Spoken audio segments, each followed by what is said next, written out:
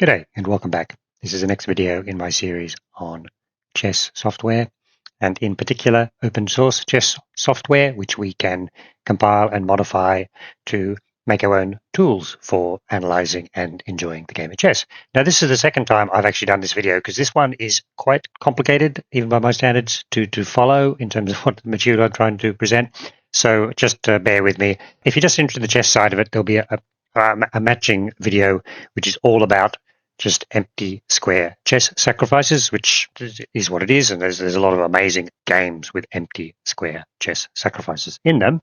But this side of it is how I managed to search for them, find the most interesting ones, and what I had to do, the sort of the workflow to sort of get to that stage. So I thought it'd be interesting to sort of document what I've done so that you can do something similar if you're interested in sort of similar sorts of tactical motifs and so on. You can actually go into the tools I've been using and use them to analyze and find positions which you like. Okay, so enough of intro there. Let's have a look at what we're going to be covering today on the capture screen. That I've just sort of listed out there what we're going to look at today. Now, empty square sacrifices. There's a few good blogs on that. Actually, I saw a couple by Ginger GM, and the individual interesting games are well covered on chess videos. As we sort of go along, you'll realize which games we're talking about. And so I'll be doing a video about the sort of interesting games I've found and a bit of analysis of them. But this is how to get to that stage. So what's an empty square sacrifice anyway? You can see the points I'm making there. You move a piece to an empty square, which is the surprising bit. Often you move it and it's unprotected. Often it's attacked by several other pieces. And there's usually a couple of reasons you're doing it. Get a piece out of the way, clear and sacrifice, divert a defending piece, a forcing move, pulling, like sucking the king out to achieve something else, and blocking ones. The Fischer one's a famous sort of block and a clearance altogether. So that's pretty good. And what we would like is to make them more spectacular. First of all, they're surprising, and some are and some aren't.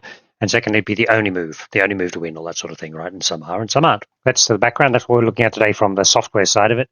Just bring up the page by Tim Krabbe. He's done this 110 most fantastic moves of all time. And I'll tell you what, a lot of them are empty square sacrifices. First one I'm not really going to look at. Not really familiar with that game. But you look at position 2, Topalov-Shirov, obviously bishop h3, just absolutely amazing move. Levitsky-Marshall number 3, queen g3, absolutely amazing move. And actually, you should go through this list. You'll be well advised. You can see the link. I can't see the link. There's the link if you need it. And actually, this game's amazing too. So there's 110 of these. We'll just close that. So we're going to quickly look at, I've got a selection of 4 of them, just to give you a sense of what we're trying to find. Okay, so you can see the games there. It is Topalov-Shirov indeed, it's Levitsky-Marshall, it's Fischer-Benko, and it is Larsen-Spassky. So it's Fischer-Spassky, but not actually Fischer-Spassky. Here is Topalov-Shirov. Everybody's seen this. Here's the position, go back one move. There's only one winning move, and it is indeed the bishop h3. You can see I've run the engine a little bit. You can see all the analysis there. We'll do this later in a later video, but the sole purpose of that is to save one tempo to get the king onto the e4 square, and then in that case his pawn can be pushed and got too many diagonals to cover. And bishop h3 is the only way to do it, because if you move bishop somewhere else, the white king can advance. And if you look at this analysis here, by the way, I mix that up. It's actually mate in move 73, which is about 26 moves. He would have lasted longer if he played king f2 and not taken the bishop, which seems weird, and obviously the bishop would take g2. So that's the sort of thing we're looking at. We can see how that satisfies all the criteria. We're moving to an empty square, so it's not actually taking a piece. It's sacrificing a piece. It's not protected. It's attacked by a pawn. Can be taken. And what's it doing? It's kind of, you could argue it's a diversion in some ways, because you're trying to get the g-pawn away from the g-file so that the f-pawn also becomes a passed pawn. So that's sort of the classic, amazing example. Okay, let's look at the second game, save what we did there. This is Fischer-Benko. I love this example, right? We go to the key position here. He takes d4. It's the last move. And why I like this, there's only one winning move. Fischer's got strong threats against the black king side here, and it looks like all black has to do is move his f-pawn and he will defend okay. And of course, Fischer's move is rook f6, so it's moving to an empty square. It's not protected. It can be taken. It wasn't taken. And so now the f-pawn cannot move. What's going to happen is that if you look at the game continuation, he moved his king, and then we are now able to focus on the h7 square, and there's very little to do about that. Rook f6, only move to win the game. right? That's what makes those two examples very special. Okay, let's look at the next example we got here. We have got Levitsky-Marshall Golden Coins game, just absolutely amazing. White attacks the queen. Where's the queen going to go? Now, of course, the golden coin move is queen g3, absolutely amazing. Can be attacked by 2 pawns, can be taken by the queen. So this is different because actually the queen is protected by the rook. And this is where, as I was going through this, I had to come up with different formulations. So if it's a queen that's going onto the empty square, possibly can be protected as long as it's attacked by a piece other than a pawn. Many people have covered this game. As you can see, I've highlighted actually there is 1, 2, 3, 4, 5 moves, which are all +5 to black. So it wasn't the only winning move, unfortunately. And then the last one, this is just the intro. Sorry, this is a long intro, is I've done a video on this game before. This is an amazing game against Larsen. And once again, unfortunately, there are several winning moves here. Well, three winning moves, but the one Spassky picked was absolutely the most amazing one. Rook to h, rook to h1. What the hell's going on there? Obviously, it's gone onto empty square. It's not protected. Can be taken by the rook, and obviously see what happens if the rook takes it. Then more detail. Then the pawn advances, attacks the rook, and then the queen will now be on this diagonal, and it's all over. But there are several other moves. But obviously, that's the most amazing way of doing it. Okay, so that's empty square sacrifices. These are the sorts of games and moves I am trying to find. What we're going to do to find them is we'll be using Scoutfish we've used before, but we'll change Scoutfish. We'll add another searching function to it to look for empty square sacrifices. It's quite specialized search. We wouldn't normally think of it. Some of the other technical motifs I've done, like double rook sacrifices and whatever, you can actually construct just using the one rook sack and then later on another rook sack, all that sort of thing. This one, it needed to sort of be specifically coded. And then we're going to use the old Python chess to sort of get the results from Scoutfish, to do some processing and save it as a PGN file. And then finally, we're going to go into Scid versus PC and make a minor change to that to make it easier to look at the games. Okay, so let's first of all go to Scoutfish. This is going to be stepping through a number of code to just sort of see what we had to do. So I'll bring that up and I'll make it big enough so we can see it. So Scoutfish, C++, it's based on Stockfish, uses a lot of the same legal move logic, and that's done a previous video on it. It does it very fast. So first one we're going to go to is the search.h. So this is the definition file for Scoutfish search function.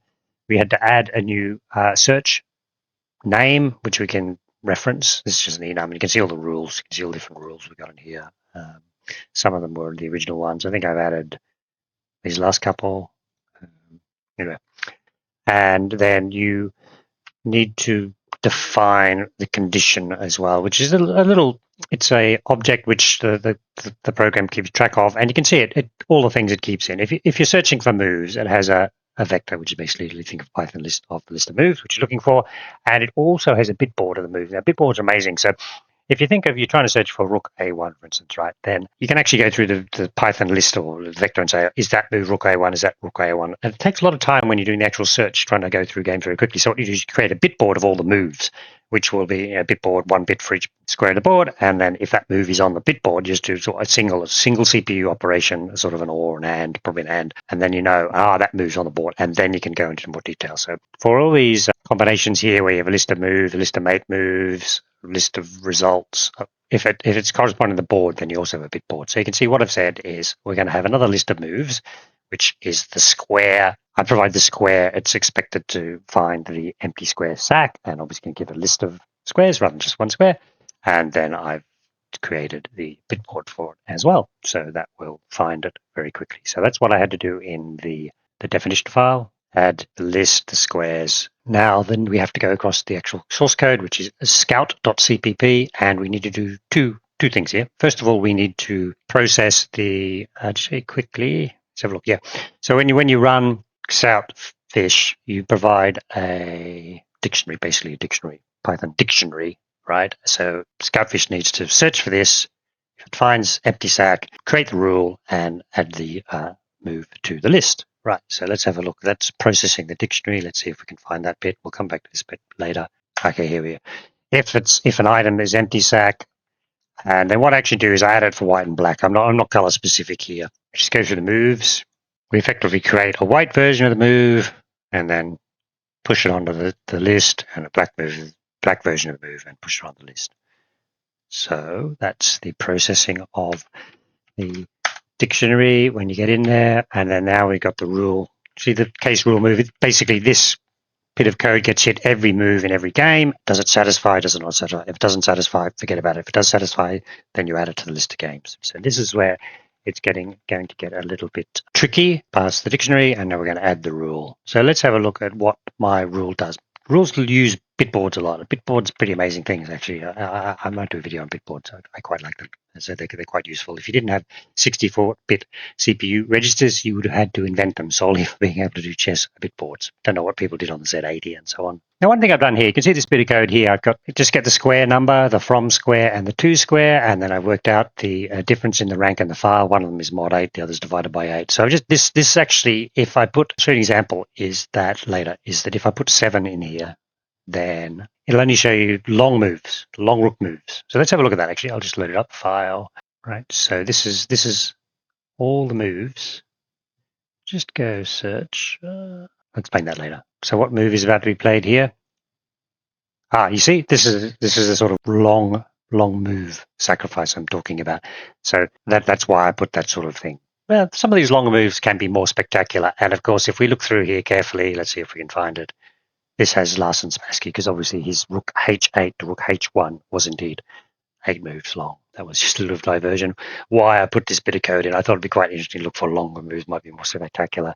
This one you can see at the moment, it's just kind of commented out, right? And then what I do is, remember I said with the specifically for the queens, you need a kind of specific rule. So if it's white to play, the other side's black, your queen's the white queen, their queen's the black queen. These are all effectively Stockfish definitions. And then who's our king, opposing king. We'll see how that's used a little bit later. It's not very important, but first of all, the sacrifice has to work. If it's white and white didn't win, forget about it. Okay, that makes sense. And then we just say it's a queen, and this is the heart of it, right? So when you and this next bit, it has to be the piece you're talking about. If the piece is a pawn, then we're looking for any piece, right? But otherwise, if it's a rook and we're looking for rook sacrifice, rook h1, for instance, Spassky one. If we're looking for rook h1, if it's not a rook, we just continue, forget about it. And then now we get to the interesting stuff. So if you're moving and it's a capture, then we ignore it because we're looking for empty square sacrifices. If it's a pawn, well, we're not. There's so many of those. Garry Kasparov probably done thousands of bloody g6, h6, f6 type sacrifices. So we're not worried about a pawn sacrifice on an empty square.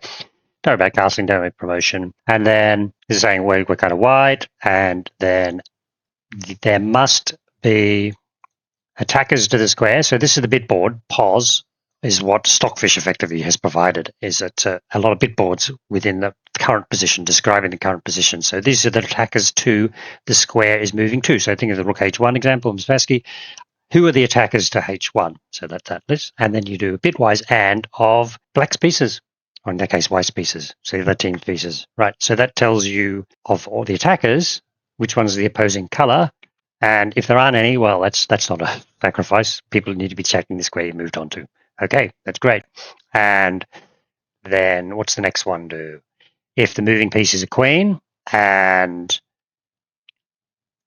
the attackers of the other side is only this and there and exclusive all there is only the opponent's queen, then we ignore it. I mean, it could be, I'd have to work it out a little bit more. That's kind of implying that it is your queen is defended, but just trying to sort of refine things. If you move a queen on B square and it's only attacked by the opponent's queen, then it's could be amazing sacrifice. But you can see I got to refine this later. So just a few other rules here, which you can see I've played around with, I've poked around with a lot. And then the next thing we need to do is that it needs to be it can't be defended, which is what this section of code do. We move the piece. After we've moved the piece. And there's something with check as well. I know I missed a bad one, as we'll see later. As I missed the fact that if you move a piece on an empty square, which causes discovered check, I should ignore those as well. You can see all this. That's why I'm saying this was quite complicated to think about all the sort of conditions. And the other thing is, I think I require that the piece is not defended. So you've moved the piece, and the attackers to the square you move to of your own side is nothing, right? So that's basically the gist of it. And if it satisfies all those rules or doesn't hit any of those black marks, then you've got an empty square sacrifice. Go back to earlier videos, you just recompile Scoutfish and it's ready to run. And as I say, it runs as normally you run it within Python, and this is where you start it up. Scoutfish runs it up as an external thread, and then do the database, whichever database. Most of the famous games are in the databases, although a couple weren't, so I had to go and track them down. And then what I do here for square and chess.squares, this is Python chess, it's quite useful. So that basically going 0 all the way up to 63. And then we turn it into the square name and we put it into the query and we send the query in and it runs it and then it comes back. And one thing I've done here is you can see that I actually put in a new comment, which is which move the empty square sac happened at. I should have used a more generic term. You'll see in a minute why. And then that you end up with a PGN. So if we look at that, I've run that before. And for instance, you get a file like this PGN file here, which contains, what is it, 364 games, and these will all have an empty square sac in them. Okay, now if you go ordinary, let's I've loaded up already, but the problem is normally with a Scid versus PC, you'll just be on you load up a game, you'll just be on the starting position, and then you'd have to find, if you look at the PGN here, empty square sac 46, that's move 23, and you move to move 23. I think it's a rook h1 check. So there we go, and then the next move will be that sacrifice. And what's going on there? Well, this is good.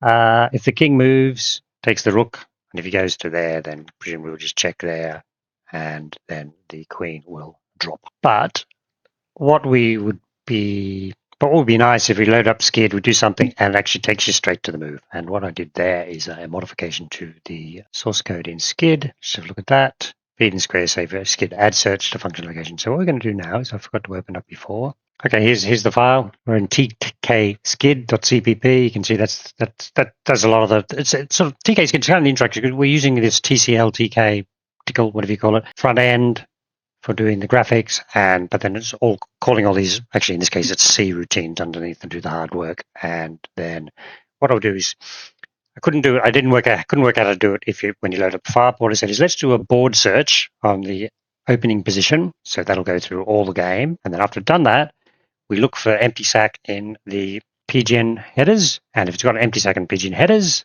then this is the get extra tags.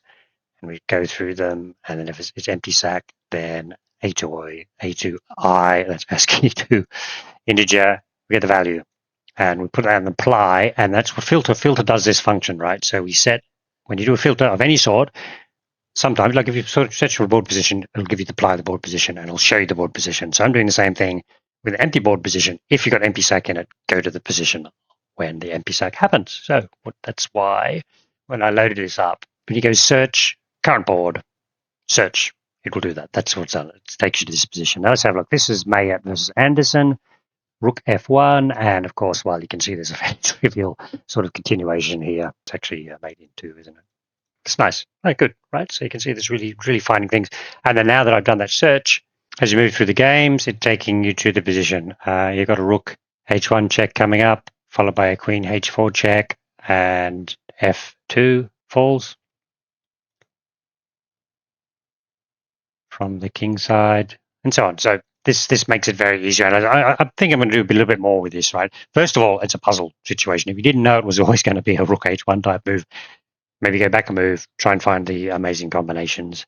But I'm also thinking I want to be able to flick through it and quickly find the ones which are most interesting. I mean, there's 2 things I'm looking at here. Who's that? That's Model versus Goldberg. Always look for games with interesting players. Alakine is black, and he plays rook h1 check. The bishop falls, and that's going to be all over. Let's have a look at that continuation just for fun. Because the problem is that the second rook is pounding down. Okay, so that is the software side of it. I thought it'd be just interesting to sort of go through that. That's the workflow if you want to really do some detailed analysis. I mean, I find this a lot of fun. First of all, I find sort of understanding how these different packages which people have written and what I can do with them, get a bit more functionality out of them. And in this case, I'm doing empty square sacrifices in my tactile motifs series. And before I wrap up, I'll just do one last thing. Let me bring up this. And this is the temporary directory where I'm just storing all the files. And you can see the ones with 8 were those minimum length ones. And here's the full set of them. So let's just put them in one file for now.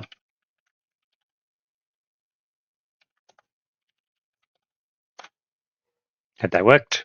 And let's go. Got quite a few games. So I need to do a bit of filtering because obviously I can't look through all these games. But let's have a look what we come up with. So there is 150,000 of these games, and then let's sort it by date. Here we go. Here's a few of these classic names. Actually, Balder Conway, I think we've seen that game before. Let's have a look. Actually, let's actually do this game, search for the, no, don't do that. Go to starting position, search for the starting position, search, go through it. Too many games. And it says what this is doing is it's searching for all games with this starting position. First of all, that will get rid of any odds games, which is probably a good idea. It'll be looking for the MPSAC code in the PGN. Each there says 31, so that is going to be 15. Done. Close it, and then now it doesn't do it straight away in the first game, but let's have a look. So let's have a look what move is about to be played here in Balder Conway. Oh, okay, so it's knight to b5. As described, empty square sacrifice, and see the game proceeds. So anyway, not going to go into that this time around, but just wanted to show you what you end up with. You end up with many, many, many games, 155,000 of them. And I'm going to go find the interesting ones in my next video. I've already done a little bit of filtering, but there's obviously so many games here. And there are a couple more on the Krabbe list. Okay, great. So look out for the next video on the tactical motifs, but I hope you enjoyed that sort of a tour of how to do some of these analyses yourself. I hope you enjoyed it, and thanks a lot for watching.